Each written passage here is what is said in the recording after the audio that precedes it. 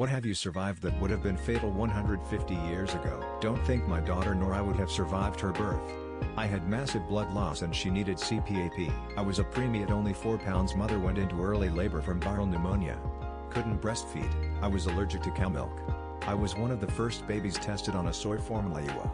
Without it, I would not have survived. Being born albino, though in some parts of Africa albino people are still being persecuted and killed. Not me, but a friend of mine actually caught the bubonic plague but due to good treatment. He survived. He only was really ill. Being born was a C-section because the cord was wrapped around my neck. Tooth abscess. I had 2 at once. I'm pretty sure without antibiotics I would have died. Bad eyesight. Can't see clearly a foot away from my face. I'd be so fucked. My depression anxiety would have probably had me locked into an asylum where I would have died. 2 brain tumors. Often talk about how fortunate to have had the treatment available to me in 2011 that would not have been available in 1911. All 3 of my pregnancies had the water break during the 7th or 8th month because the babies were way too big, but I never went in labor. Before emergency inductions, they would have just rotted away in there from the wet, warm darkness, until they grew even more and killed us both. Whooping cough, pleurisy, 2 viral infections that gave me 105 degrees temps for multiple days, and being in a Mini Cooper that went over a 70-feet cliff. Eating a McChicken. I'm positive that if you gave a pilgrim a McChicken, their stomach would explode. Complicated childbirth. Surviving that my first labor might have killed me. BMX racing crash. When I was 12 I stupidly performed a clip jump over a small double. Landed heavy on the front wheel and lawn darted into the face of the next jump. My spine taking all of the shock. If I didn't have a decent helmet, no more me. Born in 1975. My mom needed an emergency C-section for me due to placenta previa.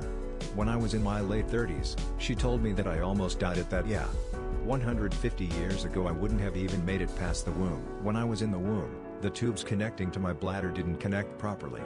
This led to multiple UTIs when I was very young and, without modern medicine, I would have died before my 5th birthday because my kidneys were failing and my heart was enlarged. Breast cancer. I got a mammogram at a young age due to family history and they caught it in stage 0.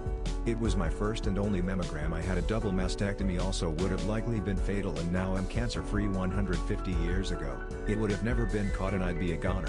Disseminated histoplasmosis, breast cancer, bone infection, sepsis, cellulitis. I survived a toothache with a quick trip to the dentist. 150 years ago, they would have yanked my tooth out with a hammer and a prayer low. I just flew from Dallas to London. You'd have died pretty quickly if you tried that 150 years ago. Childbirth.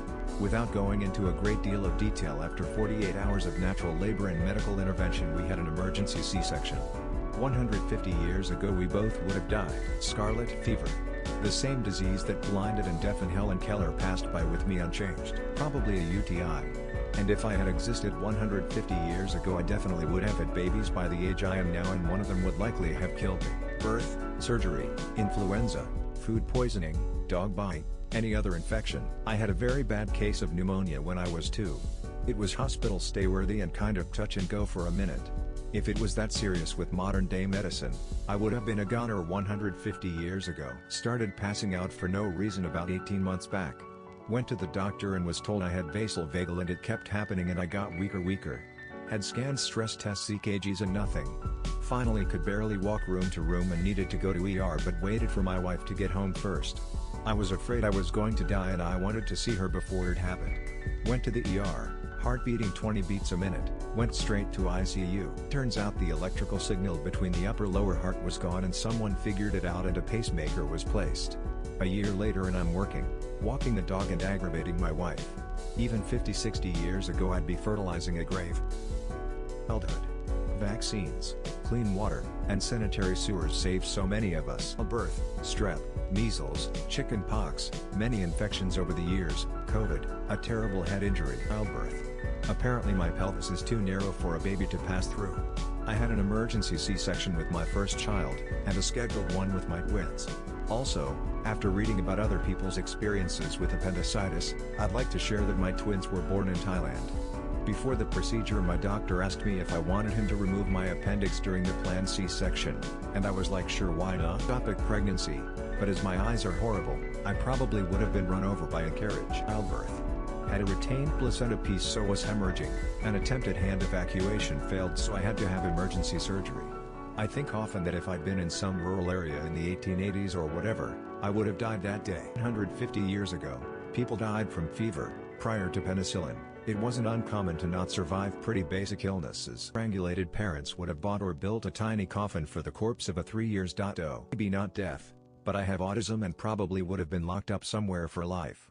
Instead I have a master's degree and teach science, which probably would not have happened at that time. Appendicitis thanks to modern medical advancements and surgery techniques. A transmail with a girlfriend would confuse everyone so much.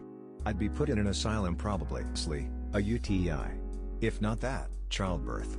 Not to mention any childhood disease that would get any of us. Brown recluse bite on my foot 10 years ago that got infected. Antibiotics are the only reason I am alive. Broke my back.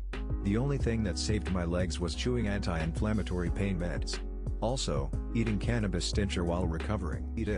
A shitty stomach infection that gives you massive diarrhea all the time and doesn't really stop until you get strong antibiotics. I was mid-30s and healthy but still lost 15 pounds in 10 days. Ill people still get hospitalized for it. 100 years ago I would have shit myself to death or died of dehydration. Teeth fell out by the time I was 25.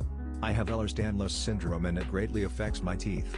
Despite brushing and flossing normally, my teeth were filled with cavities even as a young child, and by the time I was in my late teens they were breaking off and crumbling.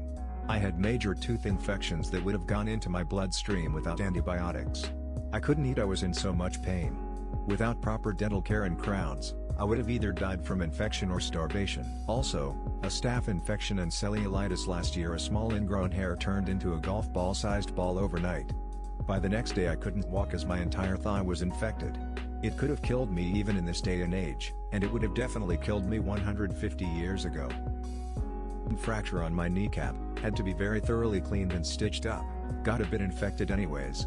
To be able to walk again, I had to take 1,5 years of physical therapy. I often thought to myself during the healing process, how lucky am I to be born in times where doctors can help me and such an accident does not leave me handicapped or worse, dead. I was around 5 years old. I got extremely sick. I vomited every day, got heavy head and stomach aches. The sugar on my blood dropped constantly around 3 or 4 times a day. I can't remember well how I got cured, but it would have been fatal 150 years ago. Little son survived to bacterium meningitis. I am so glad he is with us and without any complications or aftermath. I know nowadays it still has fatal results, but the science acted quick with the right medicine. Mom was in high risk for a miscarriage, so I wouldn't have survived past the womb. Actually, as a tube baby, I wouldn't even be conceived in the first place. Topic: pregnancy. Which I don't think they knew such a thing existed 150 years ago, as they didn't have the means to test the way we do now. But my point still stands. From a fibroid. Needed intravenous drugs and a 2-unit blood transfusion. Pretty sure I would have bled to death as it was running out of me like water from a tap.